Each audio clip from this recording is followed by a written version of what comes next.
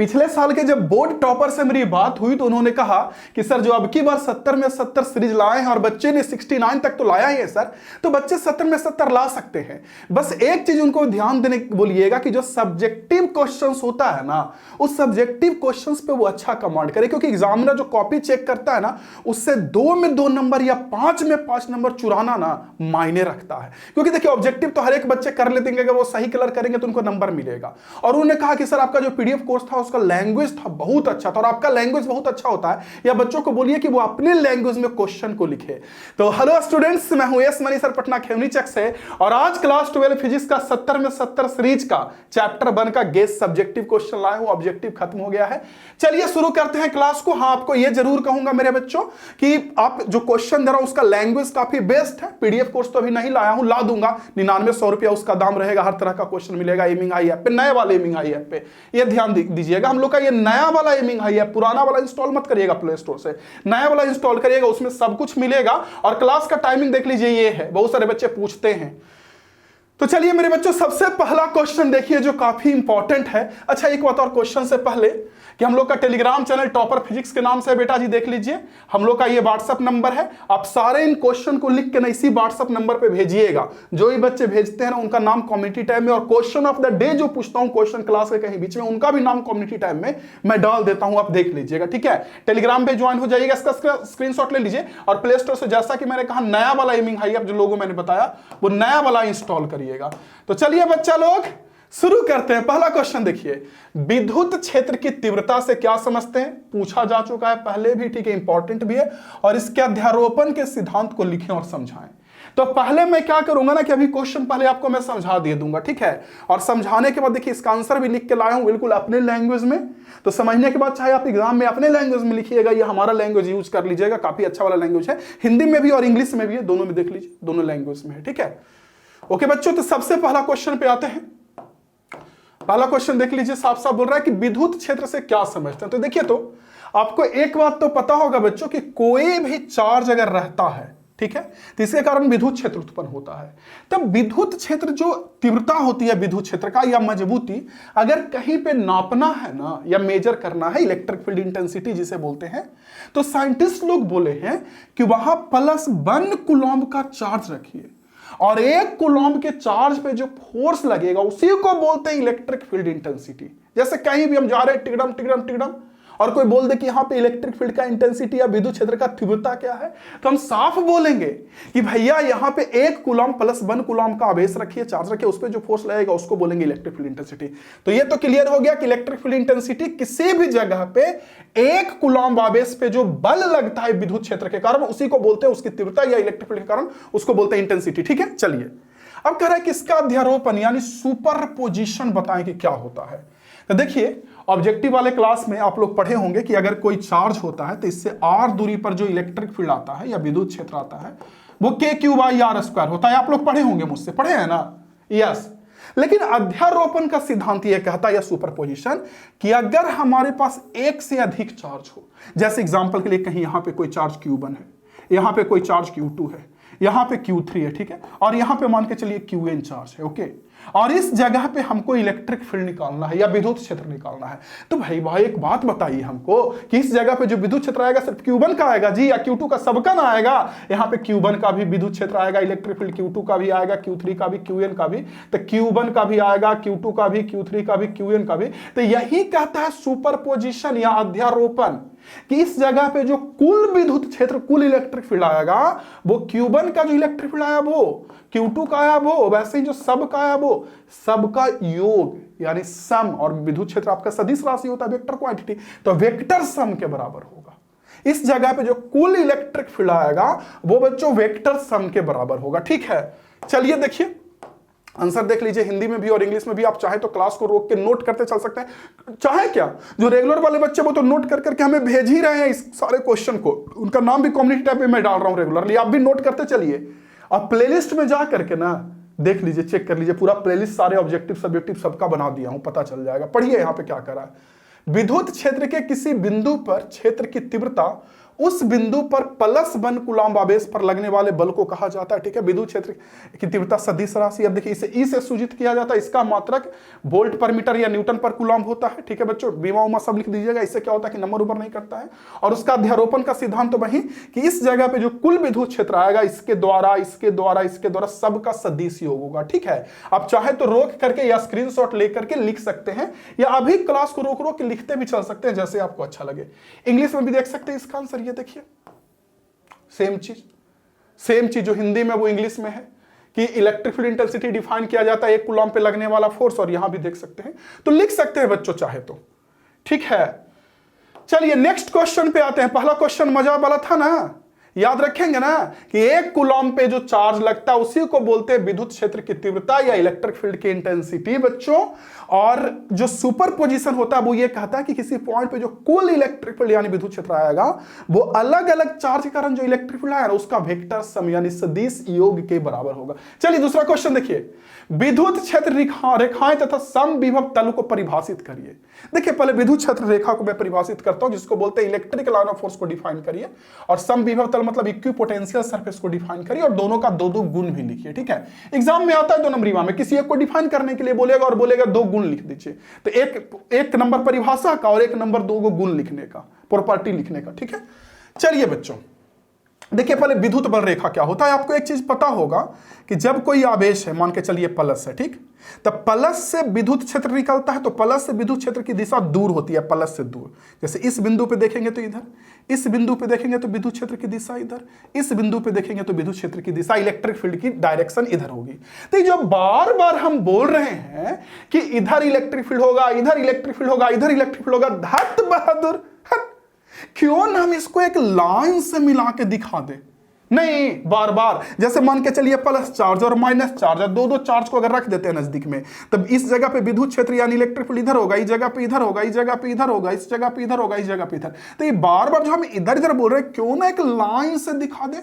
और ये जो लाइन हम बनाए ना विद्युत क्षेत्र यानी इलेक्ट्रिक फील्ड के डायरेक्शन को बताने के लिए, इसी को बोलते हैं इलेक्ट्रिक लाइन ऑफ फोर्स। तो इलेक्ट्रिक लाइन ऑफ फोर्स कुछ नहीं बच्चा, इलेक्ट्रिक फील्ड यानी विद्युत क्षेत्र का दिशा यानी डायरेक्शन को दिखाने के लिए यूज किया जाता है। ठीक है, इसका 2 गुण बड़ा इंपॉर्टेंट है। पहला गुण तो देखिए, पहला गुण कि कभी, वैसे तो बहुत सारा गुण होता है जो हम लोग मध्य बैच लाए हैं या कोर्स लाए हैं, उस पर पढ़ाई है मिंग हाई ऐप पे। ठीक है, लेकिन पहला गुण जो इंपॉर्टेंट है कि कभी भी 2 विद्युत बल रेखा कभी एक दूसरे को कट नहीं करता, कभी भी नहीं कट करेगा।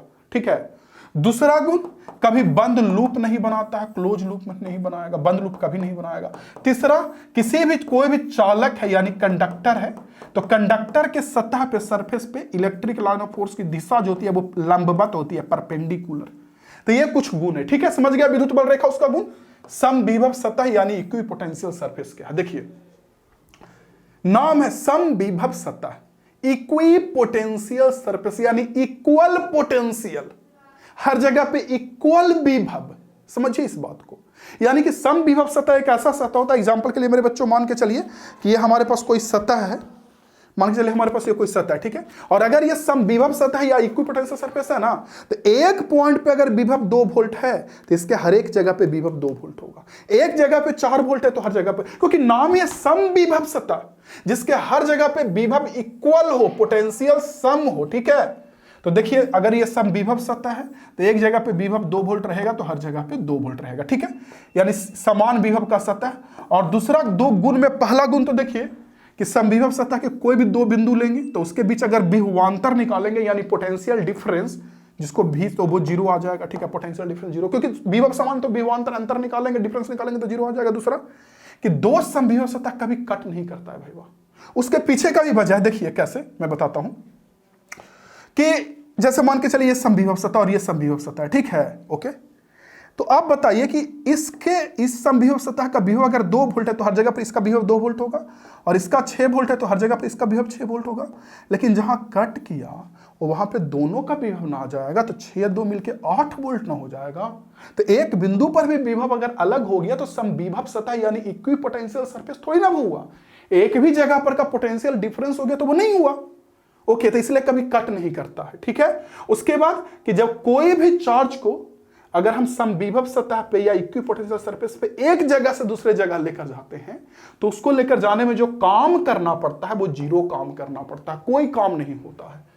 ठीक है, तो ये कुछ गुण है जिसको आप यहां से देख सकते हैं। देखिए देखिए बच्चे, समझ गए जो मैंने बोला? पहला देखिए, विद्युत क्षेत्र रेखा, विद्युत क्षेत्र की दिशा को दिखाने का तरीका, इसका देखिए 2 गुण लिखा हुआ है यहां पे, 2 गुण। वैसे समविभव सतह हिंदी में चाहे तो इसका आप नोट कर सकते हैं, जो भी आपको अच्छा लगे।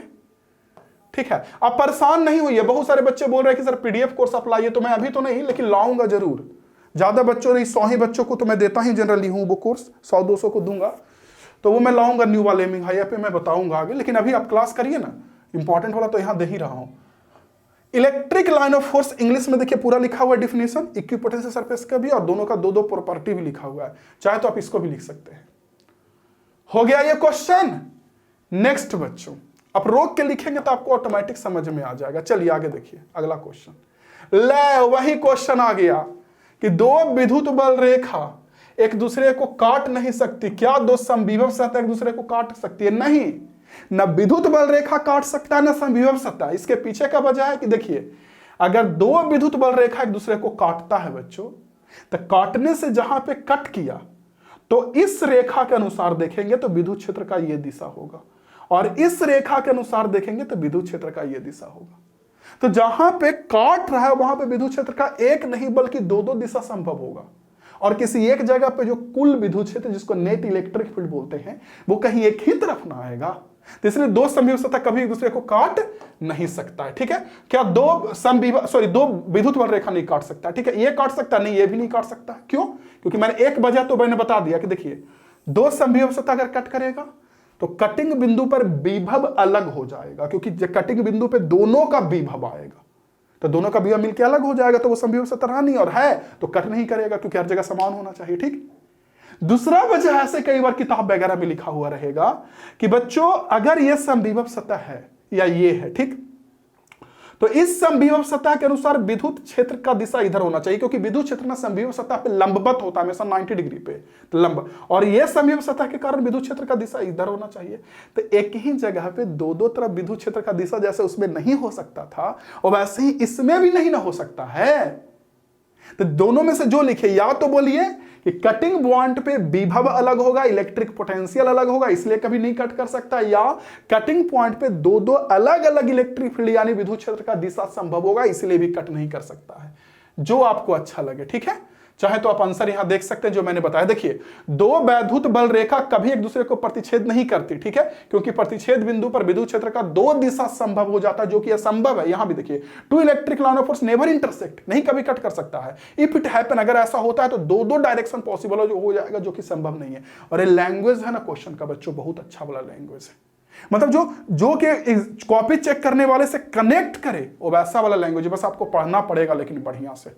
और टीचर डे में हर कोई टीचर को गिफ्ट देता है, हमें तो बस यही चाहिए आपसे कि आप इसे स्टेटस में लगा के और फ्रेंड्स को बस बता दीजिए कि यस मनी सर का अब की बार 70 मेरे यार का सीरीज आ गया है, सर एकदम खड़े हो चुके हैं पढ़ाने के लिए, तो बस आप स्टेटस में लगा दीजिएगा और इतना आप करिएगा। और क्वेश्चन ऑफ द डे का कमेंट आंसर में बताइए, कमेंट बॉक्स में बताइएगा आंसर। अगला क्वेश्चन देखिए, विद्युत स्थितिकी में यानी इलेक्ट्रोस्टैटिक्स में कूलॉम्ब को नियम लिखे, यानी state coulomb law of electrostatics. ठीक, इसका सीमा क्या है यानी इसका लिमिटेशन क्या है वो लिखिए। फिर मुक्त आकाश जो होता है यानी वैक्यूम का परावैद्युतांक का मात्रक और बीमा लिखे, समझ रहे ना, यानी परमिटिविटी का right the unit and dimension of free space air, right the unit and dimension of permittivity of free space, यहां परमिटिविटी कर लीजिएगा, permittivity of free space, right the unit dimension of permittivity of free space. ठीक है, चलिए देखते हैं इसका answer.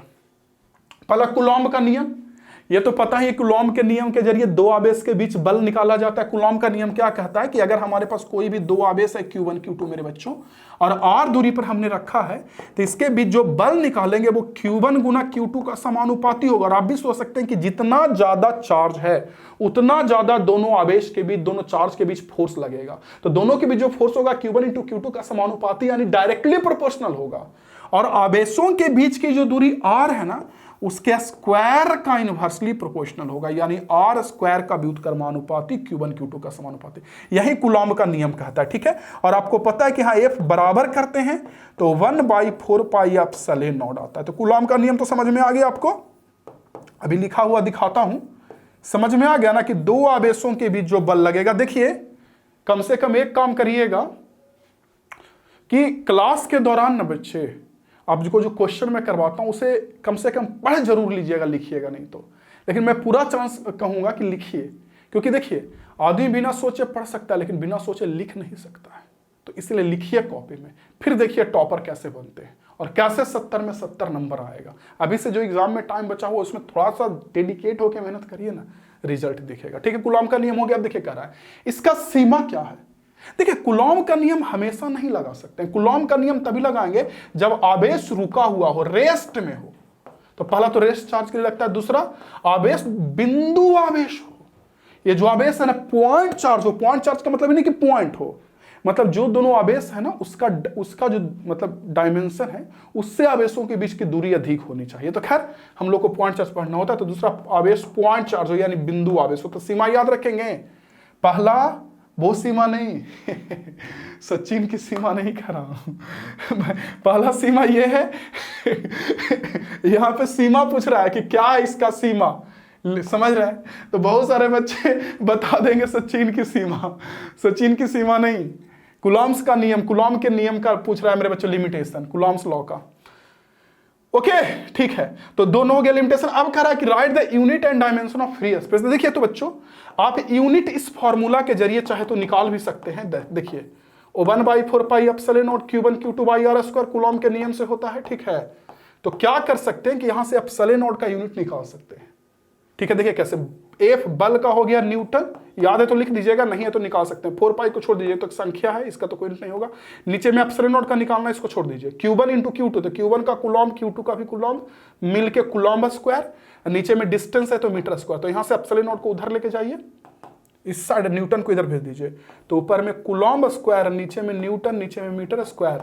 तो कूलॉम स्क्वायर पर न्यूटन पर मीटर स्क्वायर ये हो गया, देख लीजिए, ठीक है। और डायमेंशन भी इसका उसी तरह से निकाल सकते हैं। देख लीजिए इसका आंसर पढ़िएगा तो, अरे इसका आंसर कहां गया। अच्छा पहले क्वेश्चन ऑफ द डे देख लीजिए, इसका आंसर बताइए क्वेश्चन ऑफ द डे का कमेंट बॉक्स में। चलिए जल्दी जल्दी बताना शुरू करिए, अपना नाम लिख के, अपना नाम लिख दीजिएगा और क्वेश्चन ऑफ द डे लिखिएगा, ठीक है, क्योंकि यूट्यूब पे कई बार नाम नहीं शो करता है। हो गया, चलिए देखिए वही कूलॉम का नियम लिखा हुआ जो मैंने बताया बच्चों, इंग्लिश में भी हिंदी में भी, अब चाहें तो इसे रोक करके लिख लीजिए, पढ़िएगा क्या, लिखते चलिए। उसके बाद आपके पास एक कलेक्शन बन जाएगा मोस्ट MBBI क्वेश्चन का। हो गया, चलिए अगला क्वेश्चन बच्चों देखिए, अगला क्वेश्चन कहा जा रहा है आवेश के क्वांटमीकरण और संरक्षण से क्या समझते हैं, यानी क्वांटाइजेशन ऑफ चार्ज और कंजर्वेशन ऑफ चार्ज। तो देखिए पहले मैं क्वांटाइजेशन समझाता हूं, फिर आपको कंजर्वेशन समझाऊंगा। ये दोनों इंपॉर्टेंट है, काफी पूछता है सब्जेक्टिव में। देखिए क्वांटाइजेशन क्या होता है ना कि आवेश का जो क्वांटमीकरण है वो कहता है कि दुनिया में एक चीज, देखिए एक चीज आप सबको पता है कि कोई भी वस्तु पे आवेश क्यों उत्पन्न होता है। कल के ऑब्जेक्टिव में मैंने बताया था, प्लेलिस्ट आप चेक करिएगा, कि वस्तु से अगर इलेक्ट्रॉन स्थानांतरण होता है तब वस्तु आवेशित होता है ना, ऐसे करके। अगर बाहर निकलेगा तो प्लस में आवेश आएगा वस्तु पे, और अंदर इलेक्ट्रॉन जाएगा तो माइनस में आएगा। लेकिन एक बात हमको बताइए कि क्या कभी भी इलेक्ट्रॉन जो निकलेगा, क्या 2.5 इलेक्ट्रॉन निकल सकता है या 3.8 इलेक्ट्रॉन निकल सकता है, यानी पॉइंट में तो इलेक्ट्रॉन नहीं निकल सकता है। और आप लोग पढ़े हैं कि 1 इलेक्ट्रॉन निकलेगा तो आवेश हमारा E के बराबर उत्पन्न होगा, 2 निकलेगा तो 2E, एक ही मतलब 1E 2E, 3 निकलेगा तो 3E, 4 निकलेगा तो 4E, 5 निकलेगा तो 5E। क्या कभी भी जो आवेश यानी जो Q की वैल्यू हुई, तो कभी भी Q का वैल्यू क्या 3.5E या 8.9E ये सब संभव है? नहीं, क्योंकि इलेक्ट्रॉन टूट के थोड़ी निकलेगा, निकलेगा तो इलेक्ट्रॉन पूरा निकलेगा। और यही होता है आवेश का क्वांटमीकरण, कि किसी वस्तु पे जो आवेश उत्पन्न होगा ना, इस E का पूर्णांक गुणज यानी इंटीजर मल्टीपल होगा, या तो E का 1 गुना या 2 गुना या 3 गुना या 4 गुना या 5 गुना होगा, ऐसे होगा। समझे क्या कहता है आवेश का क्वांटमीकरण, कि किसी भी वस्तु पे जो उत्पन्न आवेश होगा वो E का यानी इलेक्ट्रॉनिक आवेश का पूर्णांक गुणज होगा। 1 2 3 4 दशमलव में गुना नहीं होगा। यहीं से फॉर्मूला आता है Q बराबर N, सुने भी होंगे, जब n निकलेगा तो q बराबर n प्लस माइनस में, और n की वैल्यू जहां 1 2 3 पूर्णांक में होगा, कभी भी दशमलव में नहीं हो सकता, ठीक है। तो चलिए ये हो गया। जो कंजर्वेशन ऑफ चार्ज है यानी संरक्षण का नियम, वो ये कहता है कि आवेश को ना तो बना सकते ना नष्ट कर सकते। और सही बात है भाई, आवेश को थोड़ी हमारे हाथ में कि बना दिया और नष्ट कर दिया, रोटी थोड़े ना है क्या।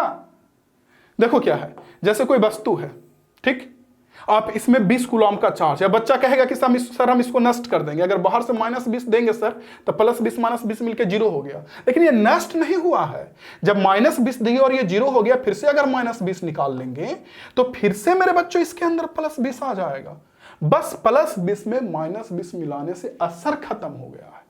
तो क्या बोलता है, आवेश को तो एक वस्तु से दूसरे वस्तु में स्थानांतरण तो कर सकते हैं, ट्रांसफर तो कर सकते हैं एक बॉडी से दूसरे बॉडी में, लेकिन हम लोग क्रिएट या डिस्ट्रॉय नहीं कर सकते, ना बना सकते ना नष्ट कर सकते हैं, ठीक है।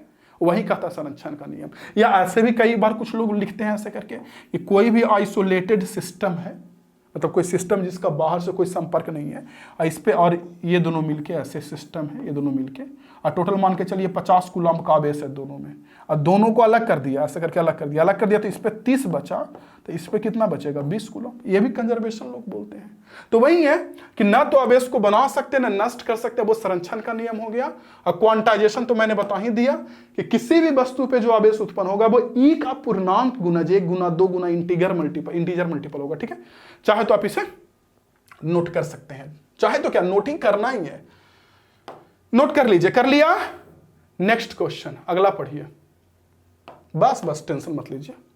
करा विद्युत फ्लक्स से क्या समझते हैं, यानी इलेक्ट्रिक फ्लक्स से क्या समझते हैं। पहला तो ये इसका एसआई मात्रक लिखें, ठीक है। तो पहले मैं ये समझाता हूं कि इलेक्ट्रिक फ्लक्स क्या है, इसका एसआई मात्रक क्या है। देखिए, अगर हमारे पास कोई सतह है, ऐसा सरफेस है, ठीक है, और इससे हमको इलेक्ट्रिक फ्लक्स निकालना है, तो इस पहली बात तो देखिए, इलेक्ट्रिक फ्लक्स यानी विद्युत फ्लक्स जो निकलता है ना, वो किसी सतह से कितना विद्युत फ्लक्स गुजर रहा है वैसे निकाला जाता है। ऐसे नहीं जैसे कोई अब चार्ज होता था तो बोला जाता था कि चार्ज के कारण इस बिंदु पर विद्युत क्षेत्र कितना है या इस बिंदु पर विभव कितना है। तो फ्लक्स किसी बिंदु पर नहीं निकाला जाता, किसी सतह से कितना फ्लक्स, किसी सरफेस से कितना फ्लक्स गुजर रहा है वो निकाला जाता है। तो अगर आपके पास ये सरफेस है तो इसे लंबवत यानी परपेंडिकुलर डायरेक्शन में जितना भी इलेक्ट्रिक लाइन ऑफ फोर्स का संख्या गुजर रहा है, जितना भी, उसी को बोलते हैं विद्युत फ्लक्स, ठीक है। और विद्युत फ्लक्स को अगर नापना है बच्चों, तो अगर मान लीजिए आपके पास ये सतह है, ठीक है, हालांकि अगर विद्युत क्षेत्र तिरछे भी गुजरेगा तो भी उसको बोलेंगे विद्युत फ्लक्स। ऐसा नहीं कि सतह से तिरछे गुजरेगा तो विद्युत फ्लक्स नहीं पास करेगा, तो भी पास करेगा, कम पास करेगा, लेकिन लंबवत दिशा में जो जितना संख्या पास करता है उसको फ्लक्स बोलते हैं, या लंबवत दिशा में जितने संख्या का असर आता है उसको फ्लक्स बोलते हैं, वैद्युत क्षेत्र रेखा का, वैद्युत बल रेखा का, ठीक है। तो अगर देखिए फ्लक्स क्या है आपके पास, अगर ऐसे कोई सतह है, इस पे क्षेत्रफल सदिश तो शून्य होंगे, एरिया वेक्टर ऐसे होता है, और विद्युत क्षेत्र मान लीजिए ऐसे है, ठीक है। नापा कैसे जाता है, देखिए होता है ये, और इसको नापना है, अगर विद्युत फ्लक्स का मान निकालना है तो मैं कह रहा हूं कि क्षेत्रफल सदिश लंबवत एरिया वेक्टर और इलेक्ट्रिक फील्ड इधर है, तो फ्लक्स जो नापा जाता है बच्चों, इन दोनों का डॉट गुणनफल, dot product, E dot A से फ्लक्स निकाला जाता है। ये देखिए फ्लक्स की वैल्यू ई डॉट ए होती है, या इसको ई ए कॉस थीटा भी बोल सकते हैं। एसआई मात्रक की बात किया तो देखिए इलेक्ट्रिक फील्ड का मात्रक होता है वोल्ट पर मीटर, सुने होंगे वोल्ट पर मीटर, और इसका मीटर स्क्वायर तो कट गया यहां से, यहां तो वोल्ट मीटर आ गया। या एक और मात्रक होता है कि इलेक्ट्रिक फील्ड का यूनिट होता है न्यूटन पर कूलम और क्षेत्रफल का मीटर स्क्वायर, तो सॉल्व करेंगे तो यहां से newton into metre square, newton metre square पर कूलम, ऊपर जाएगा तो पर कूलम। तो या तो ये भी बोल सकते हैं या तो ये भी बोल सकते हैं। क्लियर बच्चों, चलिए ठीक है। तो फ्लक्स आपको समझ में आ गया कि किसी भी सतह से लंबवत दिशा में जितना विद्युत बल रेखा की संख्या पास कर रही है उसको हम लोग फ्लक्स बोलते हैं, और नापते हैं इन दोनों के डॉट गुणनफल से, विद्युत क्षेत्र और क्षेत्रफल सदिश यानी इलेक्ट्रिक फील्ड और एरिया वेक्टर से, ठीक है। यूनिट भी लिख दिया। अब कह रहा है कि तलीय आवेश घनत्व से क्या समझते हैं, समझिए। तली देखिए 3 तरह का आवेश घनत्व आपको मिलेगा जनरली, उसमें मेरे बच्चों उन तीनों में ना ज्यादा फेमस है यही तलीय, जिसको बोलते हैं surface charge density. Surface charge density क्या होता है समझिए। तो जैसे मान के चलिए आपके पास कोई सरफेस है, ऐसे सतह, तो इस सतह को आपने चार्ज कर दिया, ठीक है। तो इस सतह पे कितना आवेश है उसको नहीं बोलते हैं सरफेस चार्ज डेंसिटी, जो पूछा जा रहा है। देखिए what do you mean surface charge density, या हिंदी में तलीय आवेश घनत्व, उस कितना आवेश है उसको नहीं बोलते हैं, बल्कि एक सतह यानी एक क्षेत्रफल पे कितना आवेश है उसको बोलते हैं तलीय आवेश घनत्व। एक सतह पे जैसे मान के चलिए कोई आपके पास सतह है एक क्षेत्रफल का, ठीक, और इस पे आपने Q आवेश दे दिया, Q आवेश आपने इस पे दे दिया, तो सोचिए कि एक क्षेत्रफल पे Q आवेश है, तो एक क्षेत्रफल पे कितना आवेश रहेगा? Q बटा A। इसी को बोलते हैं तलीय आवेश घनत्व। आवेश बटा क्षेत्रफल, आवेश चार्ज बटा एरिया, चार्ज बाय एरिया, इसको बोलते हैं। इसका एसआई मात्रक पूछ रहा है, तो चार्ज का ऊपर में हो गया कूलम्ब, एरिया का मीटर स्क्वायर, तो कूलम्ब पर मीटर स्क्वायर इसका एसआई मात्रक होगा। ठीक है, देखिए दूसरा पूछ रहा है रेखीय आवेश घनत्व, समझ रहे हैं, लीनियर चार्ज डेंसिटी। तो वो कब होता है कि जब किसी सतह को नहीं, बल्कि जब कोई रेखा के तरह का कोई वस्तु हो, लाइन के तरह का, उसको आपने आवेश दे दिया। तो लाइन के तरह का आवेश दीजिएगा तो उसमें रेखा पे आवेश जमा रहेगा, ऐसे जैसे कोई छड़ है उसको आपने आवेशित कर दिया। तो यहां जैसे था कि एक क्षेत्रफल में कितना, एक एरिया में कितना आवेश है, और वैसे यहाँ एक लंबाई यानी यूनिट लेंथ में कितना आवेश है। ठीक है, तो सोचिए, मान के चलिए L लंबाई और Q आवेश है, तो L लंबाई पे Q आवेश, तो एक लंबाई में कितना, Q बाई L। तो जैसे यहाँ Q बटा एरिया था क्षेत्रफल, और वैसे ही Q बटा लंबाई यहाँ होगा। इसका मात्रक हो गया इसका कूलम्ब, लेंथ का मीटर, कूलम्ब पर मीटर। एक और होता है आवेश घनत्व, उसको बोलते हैं आयतन, इंग्लिश में वॉल्यूम, वॉल्यूम चार्ज डेंसिटी। ये देखिए, तो वो कब होता है? जब आवेश पूरे आयतन में फैला हुआ हो। जैसे कि चालक को अगर हम आवेशित करेंगे तब तो आवेश आयतन में नहीं फैलेगा, बल्कि सिर्फ बाहरी सतह पे जमा होता है। लेकिन अगर अचालक यानी नॉन कंडक्टर को अगर हम चार्ज करेंगे तो उसमें चार्ज मेरे बच्चों अंदर के भी हर एक बिंदु पर होगा। ये देखिए, अंदर के हर एक बिंदु पे, हर एक बिंदु पे, हर एक बिंदु पे, हर एक बिंदु पे अंदर भी चार्ज रहेगा। तो यहां पे अगर इसका एसआई मात्रक बात करेंगे तो ये कैसे निकलेगा? चार्ज बटा आयतन, वैल्यू की बात करें। जैसे यहाँ देखिए, चार्ज बटा क्षेत्रफल एरिया, चार्ज बटा लंबाई रैखिक में, और इसमें चार्ज बटा आयतन वॉल्यूम, चार्ज बटा वॉल्यूम। इसका मात्रक निकालेंगे तो चार्ज का कूलम्ब, वॉल्यूम का मीटर क्यूब, तो कूलम्ब पर मीटर क्यूब। ठीक है, समझ गए? तो यहां देख लीजिए इसका आंसर। पहले तो फ्लक्स वाला यहां लिखा हुआ है वो देख लीजिए, फ्लक्स भी लिखा हुआ और तीनों ये लिखा हुआ है। ये देखिए, ये एक पृष्ठ आवेश घनत्व हो गया। ठीक है बच्चों, उसके बाद लंबाई वाला यहां से हो गया, और आयतन बोलोगे तीनों, यहां से यहां देखिए पृष्ठ वाला है, ये लंबाई वाला और ये आयतन वाला। इंग्लिश में भी देख सकते हैं, ये देखिए इंग्लिश में भी देख सकते हैं। ठीक है बच्चों, चलिए इसको नोट कर लीजिए। आशा करते हैं कि आपको अच्छा लगा होगा class. Question of the day का आंसर दीजिएगा, और टीचर डे का यही एक हमको गिफ्ट चाहिए। कभी ना कभी तो टीचर डे आता है ना, उसका यही गिफ्ट चाहिए कि हमको ना इस वीडियो को शेयर करिएगा, बता दीजिएगा दोस्तों को कि एस मनी सर का 70 में 70 का सीरीज आ चुका है। बस मंडे, वेडनेसडे, फ्राइडे 4 बजे मैं वीडियो डाल रहा हूँ, अभी क्लास ले रहा हूँ आप लोगों का। और नया वाला एमिंग हाई ऐप इंस्टॉल करिएगा, हो सके ना बच्चों तो आगे मैं रेगुलर भी करूंगा आप लोग के सपोर्ट के कारण, लेकिन अभी मैं इसी टाइम में ले रहा हूँ। पढ़िए दिल लगा के, पूरा फिजिक्स का एक एक चैप्टर खत्म करवा दूंगा बढ़िया से, ऐसे समझाते हुए। नोट्स बनाते चलिएगा अच्छे से, क्योंकि देखिए जब समझा रहा हूं ना मैं, तो इससे क्या होगा कि अभी आप जब नोट्स बनाते चलेंगे, यानी 7-7 क्वेश्चन को लिखते चलेंगे, तब बाद में क्या होगा कि एक तो क्वेश्चन पढ़ने से समझ में आएगा, और बाद में इस वीडियो को जब दोबारा पढ़ना होगा तो 2x के स्पीड पे करके या 1.5x के स्पीड पे करके जल्दी जल्दी कॉपी निकाल के रखेंगे, तो उसमें वीडियो देखते जाएंगे, क्वेश्चन को पढ़ते जाएंगे, समझते जाएंगे, तो ज्यादा समझ में उस समय आएगा। चलिए पढ़ते रहिए बच्चों। जय हिंद, वंदे मातरम। थैंक यू बच्चों, मिल के लाएंगे अच्छा नंबर। Thank you.